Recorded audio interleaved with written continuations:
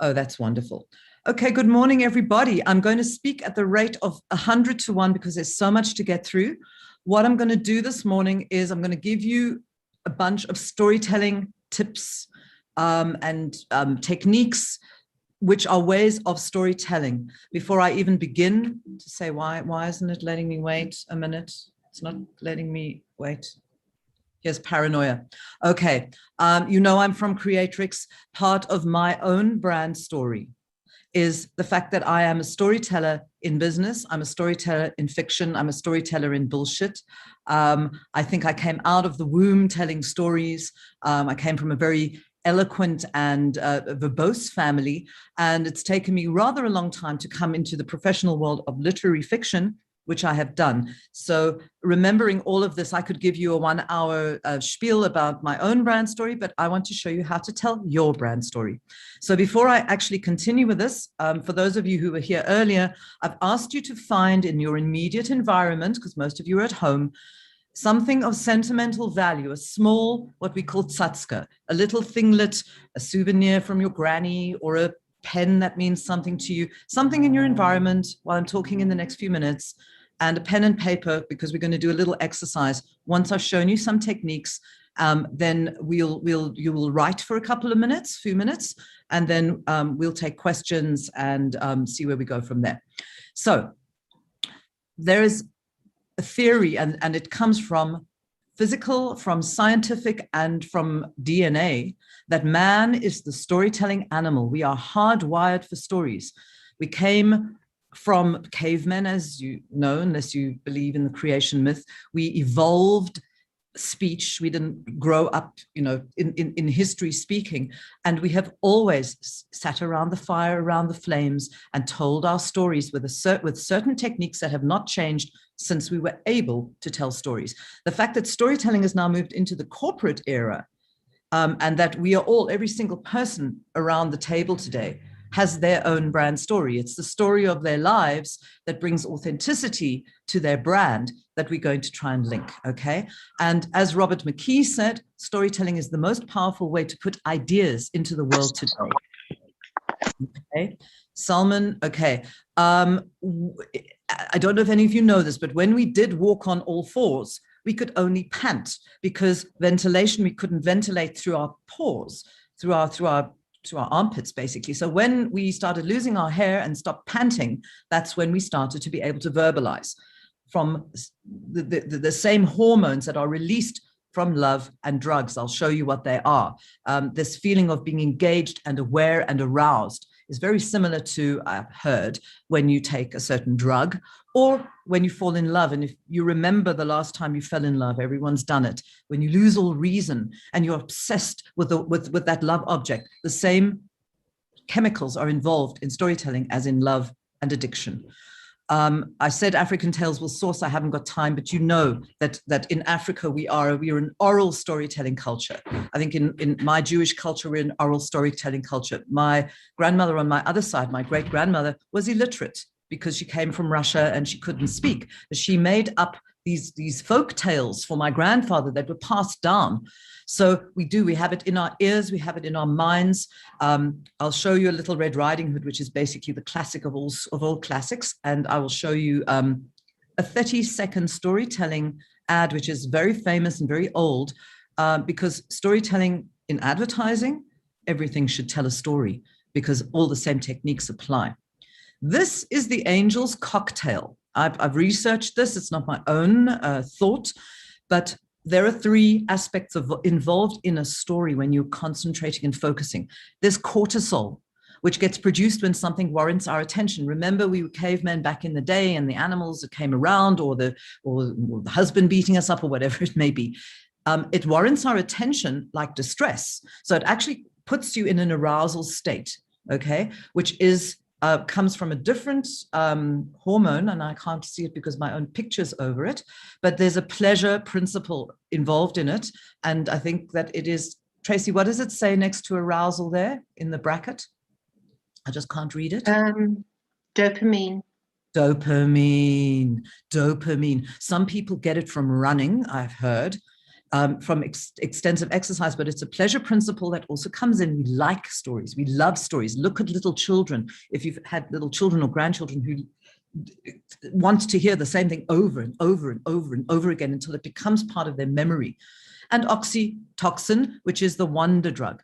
It creates empathy. And in our business, where we do a lot of mother tongue storytelling, obviously the words and the story matter, but the pro-social empathic behavior is why people like to gather around. It's almost like the campfire. Gather around the campfire, and as an audience together, we empathize with the characters that we speak about. I'm not going to go through this in great detail. You'll get this through the presentation that we'll give you, but basically stories are recognizable patterns, and we find meaning in them. We use them to make sense of our world and to share that understanding with others. And I've got some references that you can go into that. We've evolved to learn through stories. I've got a lot of case studies because we do a lot of storytelling in the business, where if you show someone a documentary, they'll remember the facts. But if you show them something in a storytelling way, they'll remember the emotions. And emotions are the things that actually drive us to action. So whether it's a can of beans, or whether it's, oh, I never knew that, or whether it's, I can't wait to read more, the same principles apply. So we have, it's kind of, it's thought and it's consciousness, but stories make us human because it fosters social cooperation and teaching social norms. Nobody who's ever, I think, written or published a book does it just out of ego.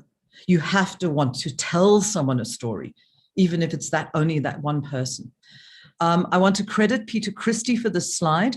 His name is Big Chief Talking Bull, and it's accurate. What this is, and if this is the only slide that I show you on an intellectual basis before we get into the child mind, is there are many kinds of stories you can tell, but a really good story has these aspects of all of these. So anecdotal, and they talk, those of you who've done yoga in your time, you've got the body, the mind, the emotion, the soul, the aspects of the human. It's very Jungian. So we have here the physical, the spirit, the intellect, and the heart. And so if you can, I'm going to have to use my own book as an example. My own book, which is a story of a time-traveling Jewess who travels through history, finding out what happened with anti-Semitism and feminism and the patriarchy. You can read it as an allegory of the Wandering Jew, a historical look through history, biographical only in the sense that it comes out of my own experience and then is forged through my imagination into fiction, and anecdotal, which is, the joke, the story, the almost the bits and bytes that go into the whole storytelling factor. So this is, again, we don't have time. It's a very short meeting and I want you to write something. Probably, again, the most important two things you can ask yourself of any story. What if, and then? If we had time, I would actually start a little story thread between all of us online, but we don't have the time again. So in my own novel, the premise was, what if the Wandering Jew was a woman? And not just any woman, a time-traveling muso, et cetera, and then what happens if I take my Me Too experience from my teenage years and rear-engineer it by 2000 years? And what if instead of being raped, she fights back? And what if she then follows the sound of music to the Antonia Fortress? And what? And then, and then, and then. So if you start off with your premise and then, you will always find something to say, even if you edit it afterwards. And of course, what if I published a book at this ripe old age, and then I appealed to the Stephen Fry, and then he read it, and then he said what he said, which I think anyone who's in this meeting would know, that I have now a fairy godfather who's out in the world, who loves wonder, and then, and then, and then. This is a very important tip as well, and I love this. And anyone who's watched French movies, Jean-Luc Godard, who could not be with us today, he said, a story should have a beginning, a middle, and an end, but not necessarily in that order, which is brilliant. If you look at, in my book, I had to go through history in a linear way, or no one would have known what the hell was going on. But lots of movies start at the end and then work backwards, or in the middle, and then you have to fill in the gaps, but intuitively, every culture on earth, that there have to be certain aspects of that to be able to tell the story in a way that will solicit those love drugs. Stories can be 400,000 pages like my novel, or, and this is one of the most famous of all, and they do it a lot on Twitter, 6-word story. For sale, baby shoes, never worn. You can actually see the tension in that and the empathy in that 6 words. Okay, that was earnest, but I'm just giving you an example of that. When we get into the corporate world, and again, I don't know why I've got this woman's name in the middle of all of, I don't know what that's doing in the middle, sorry. I think this is very important. Whenever we do work in the corporate space, we have to know what the strategy of the client is. And if you're the client, then you're the client. What is the value contained in the brand? It could be honesty, it could be integrity, it could be transformation. It's usually these big sort of concept words. I'm going to ask you all at some point to actually put on your piece of paper 3 words that are your own brand values. My brand values are integrity, inclusiveness, and empowerment. I would say I've just kind of picked them out of my life. I have a business that is empowering young Black women who are now my bosses. I have the integrity to say that what I think, what I say, and I do are in alignment, and passion, I think. But this quote here from Jeff with 1 F, Jeff I. Richards said, and this is so important, creative without strategy is called art. Creative with strategy is called advertising. But actually, creative without strategy in art may just be masturbatory. It may just be self-reflexive. If you have a strategy, and of course, I did do my book at university, and I had to put a proposal together. In my PhD, they don't want a proposal in the first year, and I have to put a proposal, because what I've realized, my message, my value for my own value for telling stories is basically giving the feminine a voice, mainly, and a whole lot of other things that go with it. But that's an important thing to know. And if you are doing brand strategy for clients, they have to know their vision, mission, value. They have to know what they want to convey before even the story begins. This is like 101 storytelling. There are a lot of glyphs like this. Again, I got this off the internet. There's another way of showing this in a circle, but basically you start at the beginning, you put stakes in to your, usually it's a hero's journey. Most stories are hero's journeys. And there's an individual who wants something and is thwarted in that wanting. There's a climax to it, and then a denouement or a falling action and a conclusion. Again, I'm going through this really fast, guys. So, but basically every single story, and here's Kurt Vonnegut. If any of you know him, I'm very upset that he's dead, because he wanted to be here today, but he couldn't. And if you look at this, what he calls this is really a kind of more complex version of that. If you look from top to bottom on the y-axis, ill fortune, good fortune. That's why he calls it GI. Good fortune, ill fortune. You usually have somebody starting in a position of need or lack or want, and usually they go after what they want. Boy gets girl. If you look on the x-axis, beginning and end. It's pretty simple. If you look at the little steppy things, I can't point to it. The man in a hole at the beginning, he goes through various different challenges and then drops off the face of the earth. Something happens. He doesn't get what he wants. If you look at these curves, boy gets girl. I know I'm really going fast, but there are always stakes that rise and then fall, that anticipate and disappoint, that clarify and then obfuscate. So you're always dealing with how fortunes, in my character, actually keeps going around in a circle a little bit, because she only had to transcend at the end. But every story has that light and shade, those rising and falling. And this is probably also one of the most important slides, and I think this is hugely important. The king died, and then the queen died. Like, so what? That's a story. The king died, and then the queen died of grief. That's a plot. Why did she die? What happened? Did he love her? You know, it brings you in. You can feel, who cares about the queen, but she died of grief. So this is, again, 101. A story is a series of events recorded in chronological order. A plot is a series of events deliberately arranged to reveal dramatic, thematic, and emotional significance.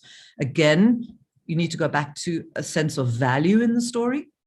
So a plain story is like history. A plot is someone's telling of the story. And in everything you'll ever read, there'll always be a narrator, even if it's a voiceover announcer or a couple dialoguing or a crowd baying. So it's also up to you, and everyone has the child mind. If you think back to school when we started doing essays or little stories at school, today I made a windmill and Susan threw it on the ground, was kind of one of my very famous first stories. There's always an emotion in it. There's always an activity in it. And there's always somebody who wants or needs something, even if it's only a glass of water, as Vonnegut says. So there's always, always, always a relationship of cause and effect, because narrative is always about change. When we do our little exercise just now, a little writing exercise, we're going to analyze a few, and I don't want you to get all, it's a hitsed about it. We're just going to look. Something always has to happen.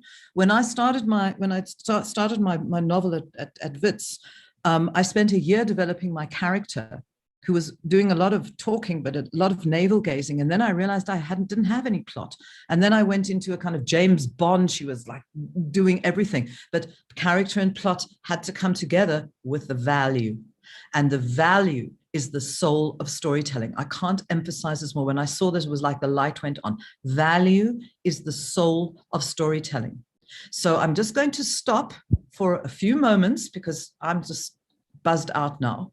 And I'd like everyone to take 3 long yoga breaths. You can keep the mics off. And if you don't believe in yoga, just breathe 3 times.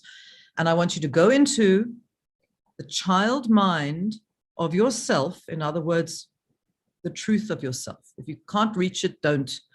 And write down 3 words that you feel are your own personal brand value. Okay? I'm just going to give you a few moments. I'm going to throw out a few words, but I want you to just do the long, deep breathing and write down for your, it can be for yourself. It can be for your brand, which is yourself. It can be for a client if you wanted to. I would prefer it to be personal. But I want you to write down 3 values you stand by that you wouldn't give up or you can't give up. Like I say, passion, generosity, could be shameful things if you want to. You don't have to tell me any of this. But I'm just going to give you a few minutes, not many minutes, because, and I can't even ask you to put your hands up when you're finished, because that's it. I'm going to breathe 3 times, and by the time I breathe 3 times, I want those 3 words to be down on the page. If you want to use your wrong hand, in other words, if you're left-handed, use the right-handed, use, I want you to bypass too much conscious thinking. So we're just going to breathe 3 times.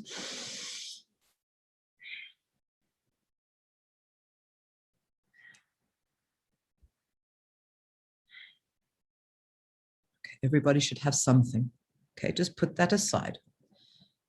I'm just going to say to you that every culture has a story of a little girl who gets lost in the woods and gets tormented by a monster. In our Western culture, you know Little Red Riding Hood. A little girl in a cape goes to visit her grandma. That's the exposition. There's a monster in the woods. He gets to grandma, eats her up. The stakes are rising. The stakes are rising. Little Red Riding Hood arrives, not recognizing, and says, "Grandma, what big eyes you have." And you know what he says. "All the better to see you, my dear." You know how it ends, but there's, even if you've heard it 1,000,000 trillion times, this story has been rewritten by people throughout history in different cultures with different clothing, but and she does overcome the monster. Sometimes she doesn't. The Me Too movement, in a way, Little Red Riding Hood is very much a glyph for child abuse, but we won't go there. So I'm also now going to play you, and I hope the music comes through, I think it's a 60-second story. I'm not going to speak through it because of the technology, but I'm going to show you this. You might remember it from your childhood.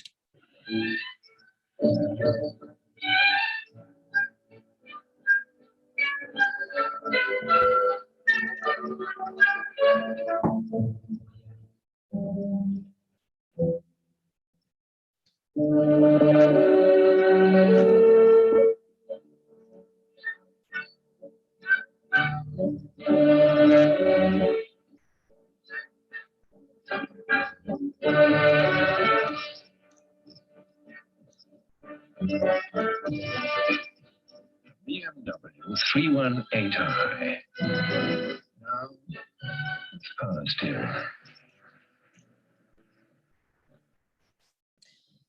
So if you look at what that was, and I usually read along to it, but it's difficult on a Zoom, a little creature starts coming out of a sort of a cage into a hostile environment. The stakes rise because you don't know what it's for first, but his surface is moving and he's moving along with it, which is really basically illustrating the value of the ad, which is the power steering. The power steering, when the announcer comes in, is actually the climax. You hear the applause. So we've actually taken, and I'm just going to go back to it if I can, wait a minute, the story, I don't want to do this again, this. A little character comes out of the woodwork. He gets onto a dangerous place. He wants to be able to maintain his balance. And then we see the steering wheel move up, the steering wheel would move down, the climax, and in a sense, the irony that all of this is being done because BMW's got power steering. They're not telling you to put a mouse in your car. They're illustrating through the embodiment of the value of the story using an actual mouse. And the conclusion obviously is go buy a BMW, but we're not going to go there now. So okay. We've gone for half an hour, and I know it's very quick. It's very, very quick. And I can't come back to you because I've got to go on the screen. So what I want you to do is, and I'll tell you the reason for this after you've done the exercise. On the screen, you can see 1, 2, 3, 4, 5, about 15 images. I would prefer you all to have something physically in your hands, like a little tsatska, like I said. Not food, please, all you can, but something that has a sentimental attraction to you, either from your childhood or from a dear friend or somebody who you love, so you have an emotion. I'll just use Tracy has got her late mother's beautiful purple purse. Okay. I would have, again, had we gone live, I would have put you into the child mind. I want you to go in to the child mind now. And I want you to write on your piece of paper, any age, I always call it postnatal and pre-sexual, any age between 3 and 11. Okay. If you started having sex at 9, maybe that's traumatic. We can do therapy later, but I would prefer you to be in a space where you still had sort of sovereignty over yourself as a child that connects with the object in front of you. And I'm going to give you 10 minutes only. You can put it on your clock. And I want you to write a little story with a beginning, a middle, and an end, not necessarily in that order, that comes out of your memory. Your memory will probably serve you better than the value, but I want you to circle one of those values that you have, and I want you to connect that value with the story you're going to tell. If that's difficult, obviously we go around and discuss this much more in detail in person. So in other words, it's the tsatska with its memory value. It's the value you've written down. If you can't get those two together, leave the value, just leave it. And I don't want you to put that pen down. I'm going to give you 10 minutes. And then after 7 minutes, I'm going to say, you've got 3 minutes left. And then you can either choose to carry on writing or lightly edit yourself. Everyone can do this. Every single one of you can do this, whether you're Shakespeare or a 3-year-old. So you've got the A. I want you to remember something with value is basically what I'm trying to do. And I'm going to stop talking now. Laurie's going to put some music on, and I'm going to give you 10 minutes and go. Oh, I love to be so large and in charge. Now, cease. And what I want you to do before I'm going to tell you the next thing to do is look at your writing, what you've written, be very proud of yourselves. And I want you just to underline 3 phrases that appeal to you in your story. Just 3, just underline them, a phrase, not like a whole sentence, a metaphor, an image that speaks to you, that speaks back to you. Just underline them all. I'm not going to give you much time to do that. Just again, you've got to bypass the critical mind. Think like a child. Okay.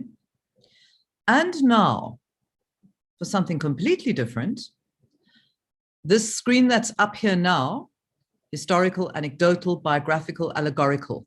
I just want you to see for yourselves which one or two or three or none you have perhaps included.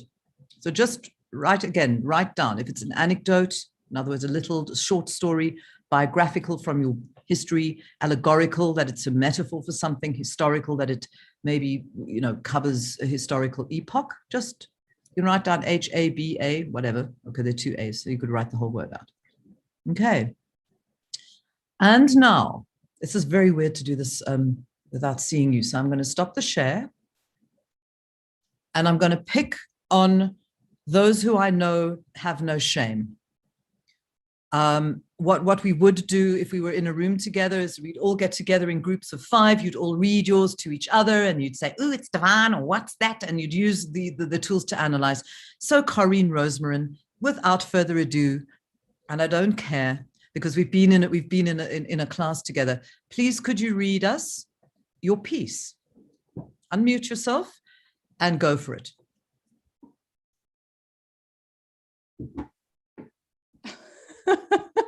You know what?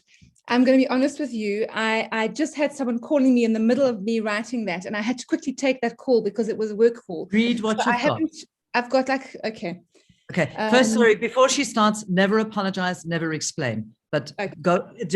Read what you've got, even if it's 2 lines. It's fine. You want to see the item that I based it on, or do you not need to see? Oh, no, we have to. Depths. Okay.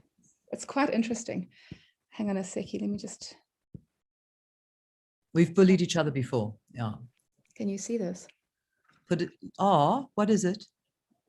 Okay, so this is a little toy that was my mother's, and that I found as a child, and it moves. It's a little Mickey Mouse that has a little dancing thing. Okay. Okay. Let me just open this up.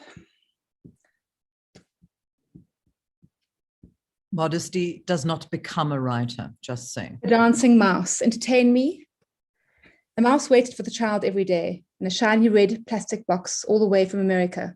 The toy was treasured and loved by the little girl with brown plaits and a French accent. He didn't know where he was, of course, but he loved being gazed at with admiration and joy and pride. He loved the high that came with performing and being in the spotlight. He jiggled and jumped and jerked and felt and heard the laughter. But then came the day when the mouse was quiet. Arms and legs fell flat against the faded plastic box, and the song and dance show was on a break. He was lifted up and placed into a big tin box that traveled on the train to Sea Point and arrived at a red face brick apartment block. The tin box went straight into the garage and sat there again, waiting. Mickey waited too, waited for the show to go on. He had learnt his moment would come. It took a long time until the day the box was opened again. This time it was the bright face of a blonde, pigtailed child that was looking for so much. Her eyes were telling the whole story when she opened that box. She was Mickey. She wanted to be him. She laughed with joy and showed him to her friends and carried him around and made him feel like the star again. He was her star and she was his. And that's why I ended. Oh my God. Okay, just spoiler alert for everyone. Corinne is a writer. Yeah, no, like silent applause. Did you, and we can't say yes, we did. How we were pulled in to the mind of that inanimate object because of the way that you infused it with value. Tell us what your values were, because I know what they were, but tell us what you thought. What was the value in that story? I actually struggle a lot with writing down brand values, and then it's probably partly why I wanted to do your course, because I don't know how to speak the speak. So when I write down values, I've written down imagination/creativity. Love it. That's it. That's right. Yeah, is that a value? Yes, you see, the thing is, I can't go on and on and on about the corporate world where they talk about transformation and empowerment. Creativity is your value. That is your value. And you have now expressed it. And then you said something earlier about joy, the joy that the character felt, inspiration and joy. they're all there. That's why, you know, when we cross over the literary so-called world with the corporate world, it's all the same stuff. I just think the corporate world use larnier terms. So you know, if my one is, I don't know, feminism is crap, but passion resonates better with me for myself. So I love that. I wish we could dwell on that. I'm going to call on Winston Golden now, who is a beginning writer with a gift. Everyone has the gift, by the way. It's just all screwed out of us by the time we're 9. So beautiful, Corinne, for the fact that you didn't write. I mean, that was like 5 minutes of writing or something. It's outrageous. Thank you. Another tip to everyone, if you want to be a writer, write. If you're going to be a writer, get up and write. Don't think about it. You can think about it, but sit down and write. And Corinne, you're my superstar. Winston Golden, go show us your toy. Show us your toy. It's a Swiss Army knife. It's old, very old. It was still made in Switzerland, not China, cool. I believe. Okay. All right, go for it. So the walk from Nugget Street to Elof in the late afternoon was easy. You could not hear your own footsteps amongst the sounds of the high revving red buses and the movement of cars, and the shadows had been shaded in by the buildings holding back the sun. We walked, the Turkish boy and me, laughing and greeting people we knew all along the way towards the Kinney Continental, a small-sized cinema tucked neatly between the post office and the public library. Most people walking past stopped occasionally to press their faces against the glass to see what was showing. Usually they would seem a little bewildered. Art house titles do that. We walked onto the carpeted floors and down the stairs and into the projectionist's room. Strange how important a projectionist seemed in 1972. Mercer was important. His tight white pants made him seem more so. We were all important. We had a job. We went to school. We bought pocket knives and cassette tapes. I adore you. Do you see, guys, the attention to detail, which is called verisimilitude in Lani terms, that the white pants with a crease in them, the 2 little boys walking. I mean, you conjure up a sense of Johannesburg back in the day. How old were you in your kiddie mind? I was probably about 14. Yeah, early teens. But can you feel how the character came out in that? What was your value, Winston? The value was work, because we were ushers, you know, the guys that used to run around with torches showing everybody their seats. Okay, okay. My encouragement to Winston, because we're on a little bit, is just carry on writing. If that whatever you've underlined in there, the creased white pants or the pen knife, and the pocket knife was in a sense the climax, which is very clever, because you actually didn't bring it in. I was going like, where's your toy? But he actually brought it in. It became his climax, or even the denouement, not climax, but you know what I mean. I love that. I'm going to call on one more person who's going to have to be Philippa. You knew it was going to be you, because I know that a lot of people are very shy to present, and we're not in a room together. We can't, you know, sort of stroke you nicely. So Lorraine, don't worry. I'm not calling on you. Irving, I'd love to call on you, but I know that Philippa's going to blow us away. Again, don't ever be envious of anybody else's writing. What's interesting for me with Winston is that you write exactly the piece you gave me the other day is very much in the same tone. You've got your voice, you found your voice. Now you've got to find the discipline to write and rewrite and rewrite. So Phil, I know, hey? I kill you. No, this is teaching grandmother to suck eggs. Philippa is a very well-known writer, and not so well-known because she does a lot of ghost writing, meaning writing in other people's voices. So I hope this one's in yours, Phil. Yeah, it is. Sure, my nerves. I wasn't expecting to be chosen at all. Well, you are. Show us your toy. Oh. So this is Hamley. All right. I'm going to. You typed it, didn't you? I did. Sorry. That's another thing, guys. The pen and the paper apparently links the mind.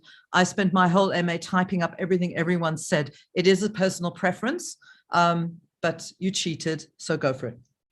Okay. Alone on a shelf, tucked between hundreds like him, sat Hamley, his back hunched over, his eyes facing the freshly polished parquet floors below. Nobody said a word. He was holding his breath, just like everyone else, hoping that today might be the day that he'd go home, that he'd become somebody and no longer just something.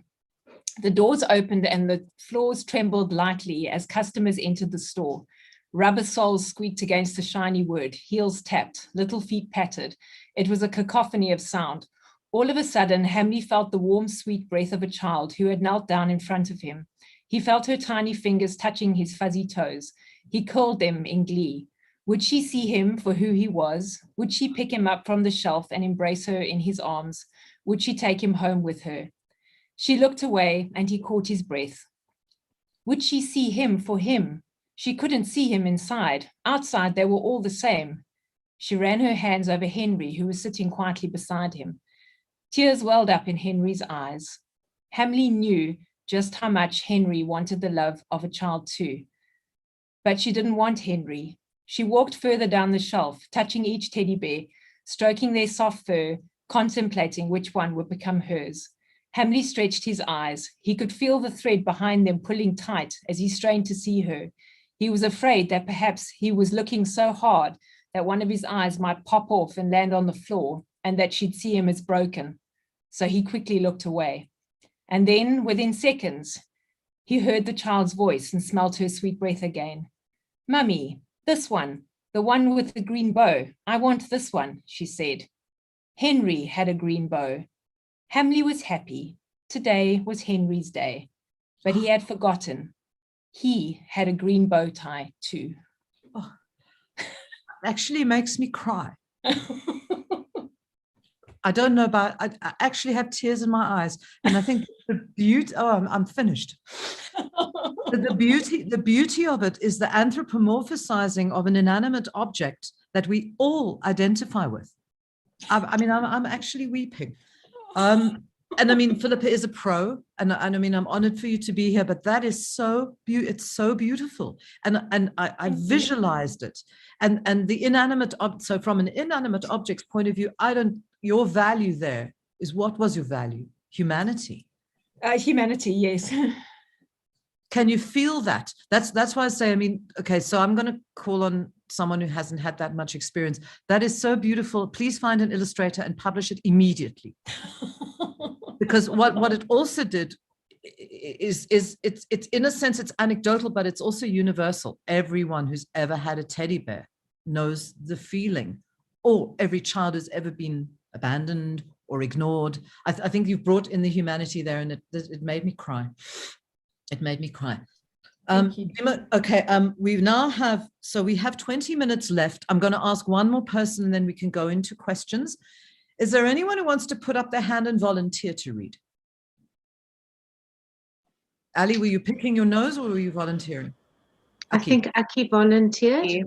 Aki, go for it. Okay. Show us your toy. I also took the cheats route and I typed mine out. Okay. Where's the toy? So this is, in fact, a letter from my dad. The stamp, if I can find it, is for 5 cents, which was, it shows you how long ago it was. So I'm going to just read through. Okay. My dear dad had no idea about how unhappy I was in my first 2 years at an old-style white Anglo-Saxon Protestant school. But at some point he found out, and I saw how hurt he felt, because it also reflected his humiliation as an immigrant in South Africa. He had 2 engineering degrees when he left Greece, but came here in 1955 to find a job as a welder in a factory that makes stoves. Slowly, gradually, he managed to work his way up into something more, helped along by an incredible man, Charlie Payne, who took him under his wing and who later became my dad's business partner for life. So what was he to do? He could have said to me, "My boy, don't let those bullies get away with it." And he could have visited the principal at the school and indignantly told him off. But he didn't. Instead, he wrote me a letter. He posted it to me, and in the letter he said, "Imagine you're carrying a big basket on your back. If you allow people to upset you, then you have to pick up a rock and put it in. But if you don't allow them, you can take a rock out and throw it away." He also shared some of our family's history, and for the first time I realized that there was so much to be proud of, but the choices to be a victim was mine. I wanted to move on. I had to throw those rocks out. I learned about how deep a father's love is for his son, and how integrity and humility and compassion were the most important values. I would live with that forever. I'm now 64 and still struggle to achieve this, but never for want of trying. Sure. There's a whole family history in there, hey?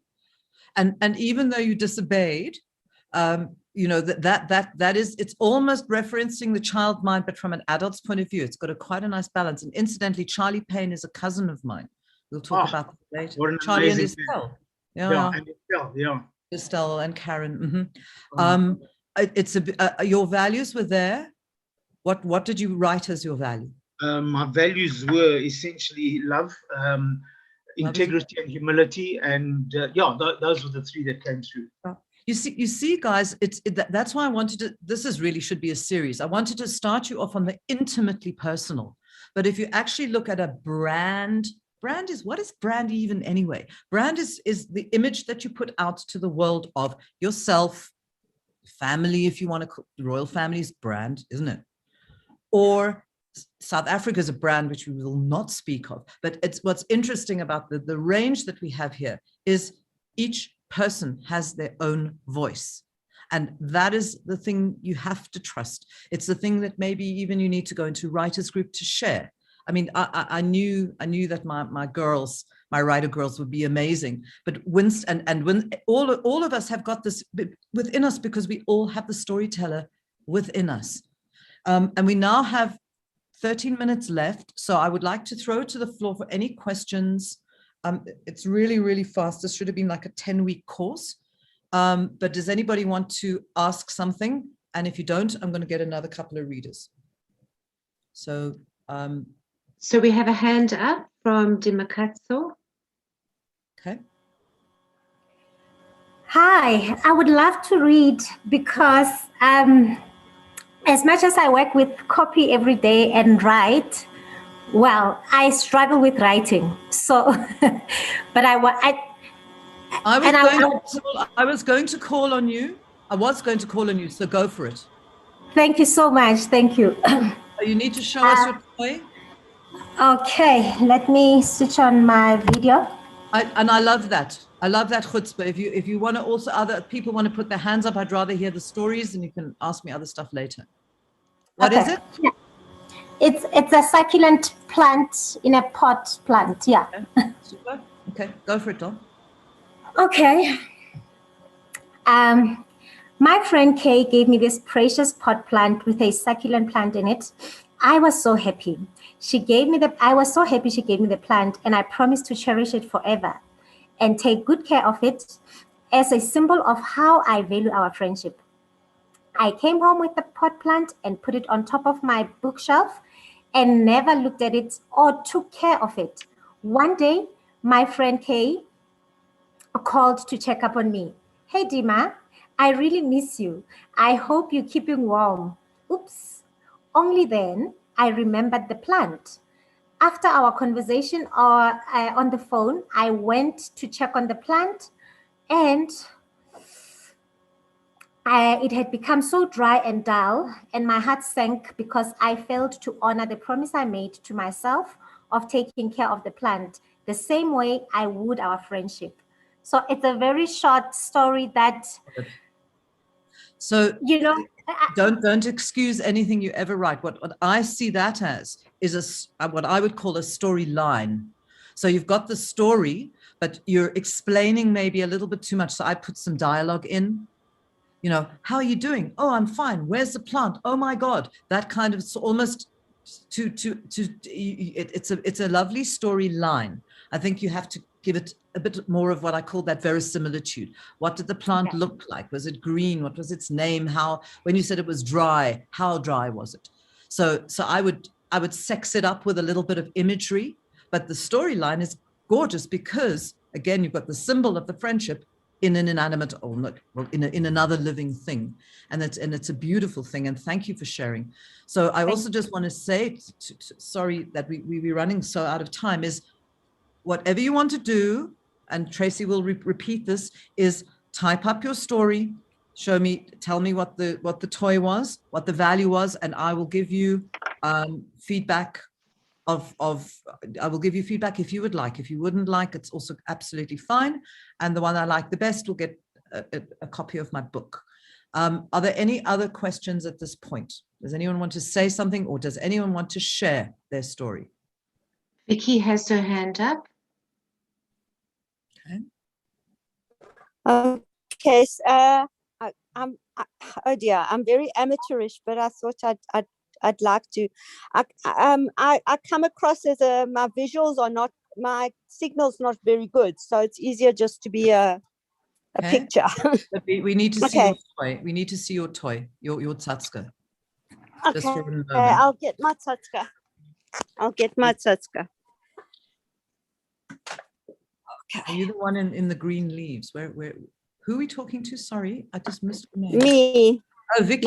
My Tsatska is it's a bluegrass powder box. Show it to us. Old fashioned, you used to get bluegrass powder. It comes from the 60s, I think. Okay. Bluegrass paint perfume. Okay. Yes, I remember. Okay. Okay. Okay. It's a container, bluegrass. The fragrance brings my Boba back to me. It was her favorite fragrance. I bought my bluegrass powder container in a charity shop to have an object that is tactile and emotional and reminds me of her. I can see a picture of her telling me how much she loves me. Her solid body, the smell of bluegrass and baking, helping her close her long line corset and attach her stockings. She was so gentle and serene, so comforting and comfortable to be with. Without words, I always knew instinctively that she loved me. I was safe in her arms. I used my powder box to bring her presence back to me. She died when I was 12, but she lives on for me. Every time I smell bluegrass, I feel happy and safe, transported back to that child time and place. Oh, you see, guys. And I mean, that is, in fact, memory is a huge part of writing. To be able to, what I would also do with that on your own as you go forward is remember conversations with her, go back to the child. So you, again, you've almost taken an adult point of view of something that happened in your childhood. But if you allow yourself, and it might be quite painful, to go back in, remember how she spoke, remember the nuances of her particular way of speaking. And it took me back to, I mean, I've got things of my granny, which I sniff to this day because it smells of Ray.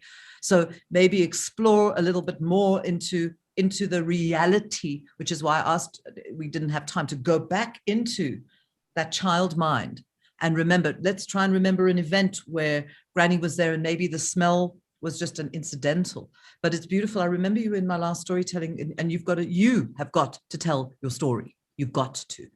And again, some have fictionalized, like Philippa has fictionalized an anthropomorphic teddy bear.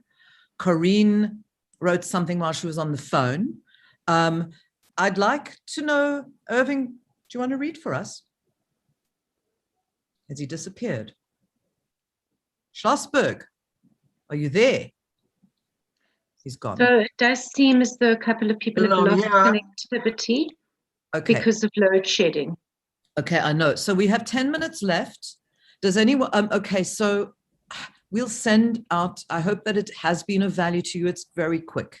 But if you remember, I mean, I'll just use Philippa's one because it kind of stands in my mind the most. There was a little, you could actually retell the story. So there's a teddy bear in a shop who wants to be picked by a little girl who takes a while to make up her mind and then chooses him.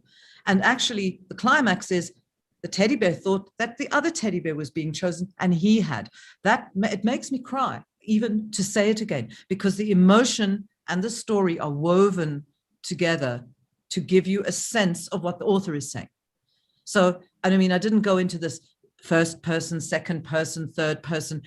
What I liked about the work of Mr. Golden is that he always talks about I also do a lot of autobiographical stuff. Like, my friend and like you can see them walking down there. You can see them in town. And I would like to have more detail. In fact, the Usher story is a fabulous story. Irving, will you indulge us? Only problem, Lynn, is I'd love to read it, but it's in such a scroll and such a mess. So I'm very happy to put it together, and I'll send it across to you. Okay. All right. Got you. I also understand, no matter what, I mean, Irving ran the record industry in the universe. And it's interesting because for such a man of such confidence, I mean, we don't even go into the stories, there is something about sharing your soul in a story that's difficult. It's difficult corporately, but to share your own soul stuff is kind of where I had to come into my deep mid-50s to start doing this. So guys, I'm offering you the blessing and the gift and the generosity of take a story. I'm not going to read it by hand. You're not going to send me a scan. You're going to type it up. You're going to highlight your 3 particular images that you like. You're going to show me your value. You're going to tell me your age, your age that you were when you wrote the story. If you're over 11, that's fine. And send it to Tracy, who will tell you what to do with it. And then I'll give you a little critty crit. And if we want to take this further, we can actually, you know, there's one thing about what we call the community of practice, I think it is. So when I went back to varsity, I sat in a room with 6 lecturers and 6 candidates. And the first time somebody said that was really good, I wept for a week. So there's something about connecting because you write in a dark room. Nobody sits and holds a pen together. You write in a dark room on your own without going anywhere and bleed, as Hemingway says. So it might be something that we could connect with where those of us who are not as experienced or as disciplined can actually share our stories. We've got 5 minutes left, Tracy, if you want to come back to you. So I have put our contact details in the chat box with regards to my email, or alternatively the admin email. Please can I ask you to send your stories for Lynn to me, and I will put them all together and send them to her in one mail. In terms of today's webinar, I was going to put up a feedback poll, and I just think it is so not in line with what we have just seen, heard and experienced. I thank all the participants for sharing your stories. I know I was sitting here and I actually sent Lynn a WhatsApp, don't call me. So oh, is that what you meant? I didn't know what you meant. Okay, so, but I will not. There's no such thing as, well, there is such a thing as bad writing, but there's no such thing as bad trying. And there's only one way to go, is to begin. So I'm just writing in the message story. You please put your name on your email, the age as you wrote it, the tsatska, and then underline the best 3 images, and then type up and edit. Try not to do spelling mistakes. Really, a spell check is not brain surgery. And if you want to, you can work on it. If you don't want to, don't. But if you want some kind of feedback, send to Tracy. We've got 5 minutes. Are there any questions, guys? Any questions you'd like to ask me? Do you want to go more? You know what I think I should do in the last 5 minutes, especially for the non-commercial oaks. I'm just going to quickly share this because it is part of the presentation, but we didn't have time. But now screen share. Oh God, I don't even know how to do it. How do I share this? I don't want to go off. No, what I'm going to do, I'm not going to do it because I'm FOMO. What I have included on the presentation are some brand stories from Nike, from Cell C, from Cadbury's, and I think I did one other brand story. And what I'd like to draw your attention to is Cadbury's, thick with a glass and a half of milk. Those of us who are over 90 remember that line. They've been using it for like 80 years. And their new one, which I won't show you because we don't have time, is called There's a Glass and a Half in Everyone. So they've taken their glass and a half of milk, which may or may not even be politically correct, sorry, Philippa, and they've done a commercial where a little girl goes into a shop, where you'll see it. A little girl goes into a shop to buy a bar of chocolate for her mommy, but all she's got are tsatskas.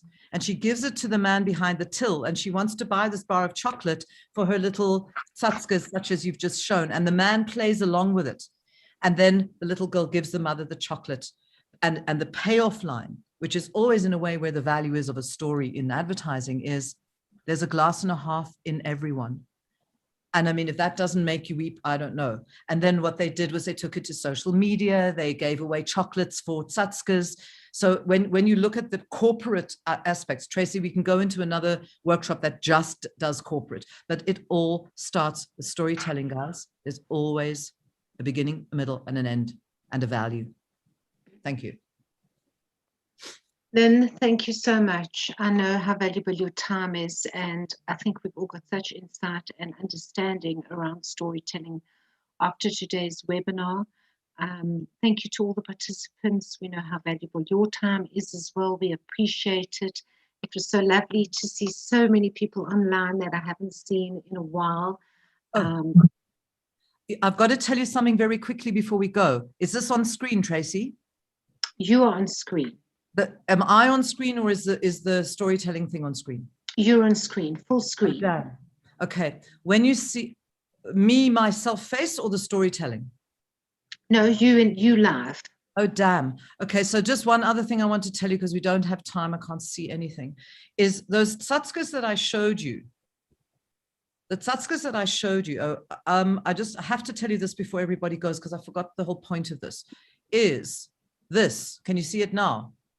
Yes, full screen, you're good. Okay, when you get it, what they did with this was a whole bunch of guys, they went and bought these tsatskas on eBay, like a banana for $1 and a little thing and a little this and a little that, and they took 1,000, I think. So basically the value of these tsatskas was $1,000. Then everybody wrote a story about what they chose, and then they put the stories back on eBay. And the stories sold more than the tsatskas by about a ratio of about 6-to-1. So the point of the proof of the pudding is that the story has value in itself, because the little inanimate pocket knife or banana or teddy bear doesn't in and of itself have value. You give it the value, and that is the value of storytelling. That was kind of my final thing I needed to say. Thank you so much, Lynn. As host, you will have to end the session's recording. So at the bottom of your screen, you've got your just go dots. end. Okay. That's Thank right. you so much, everyone, for letting me share my soul with you. And please send me your writings. I've been trained to be kind, but firm. Thank you so much. Thank you, Lynn. Thank you, everybody. Thank you so much. Thanks, guys. Yes, yes.